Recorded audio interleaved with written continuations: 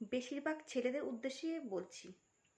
এই ধরো 18 থেকে 30-32 বয়সের ছেলেদেরকে বলছি। এরা কি করে জানো তো, এই বয়সটাতে যত মেয়ে পায় সব মেয়েদেরকে একেবারে চেকে চুকে ছেড়ে দেয়। মানে বাদ থাকে না, যত মেয়ে পাবে সেই মেয়েগুলোদের সাথে প্রেম করে চেকে চুকে ছেড়ে দেবে। ছুপছুপানি করবে। আর এরা তো বিয়ে করতেই চাইবে না, কারণ এদের তো সমস্ত শখ পূরণ হয়ে যাচ্ছে, সব কিছু তো পেয়ে যাচ্ছে, সেই জন্য এরা বিয়ে করতে চায় না। একটা সময় কি করে, এদের যখন বয়সটা চলে যায়, ধরো 35-এর উপরে চলে যায়, এবার 18 বছর ছেলেরা তো বিয়ে করতে পারে না, তো একটা ছেলে স্বাবলম্বী হতে গেলে 22-23 বছর, ঠিক আছে? তো 22-23 বছর ছেলেরা মানে একটা স্বাবলম্বী হওয়ার একটা চেষ্টা করে।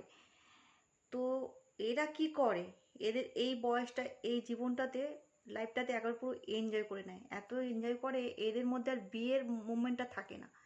এবার যখন 35 বছর হয়ে যায় তখন তো কি করে, আর ভালো ভালো মেয়ে পায় না। কিন্তু ওই বয়সটাতে কিন্তু অনেক ভালো ভালো মেয়ে পায়, অনেক ভালো ভালো মেয়ে প্রপোজ করে, কিংবা অনেক ভালো সুন্দর সুন্দর মেয়ে কিন্তু তাদের জীবনে আসে, তাদেরকে রিজেক্ট করে। আর মানে তাদেরকে কি করবে, ভালোবাসার মায়াজালে ভরিয়ে দিয়ে তাদের সাথে প্রেম করে তাকে চেকে চুকে খেয়ে দিয়ে ছেড়ে দেয়। দেওয়ার ফলে তখন ভালো মেয়েগুলো সব তো রিজেক্ট হয়ে গেল।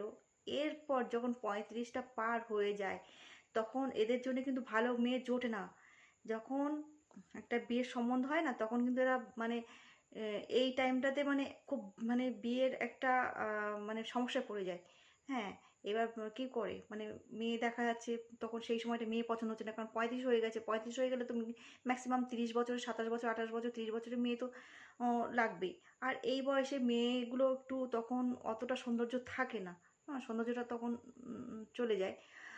তো সেই সময় কি হয়, এদের কপালে, এইসব ছেলেদের কপালে মানে কি বলবো, সুন্দরী বউ জুটবে না।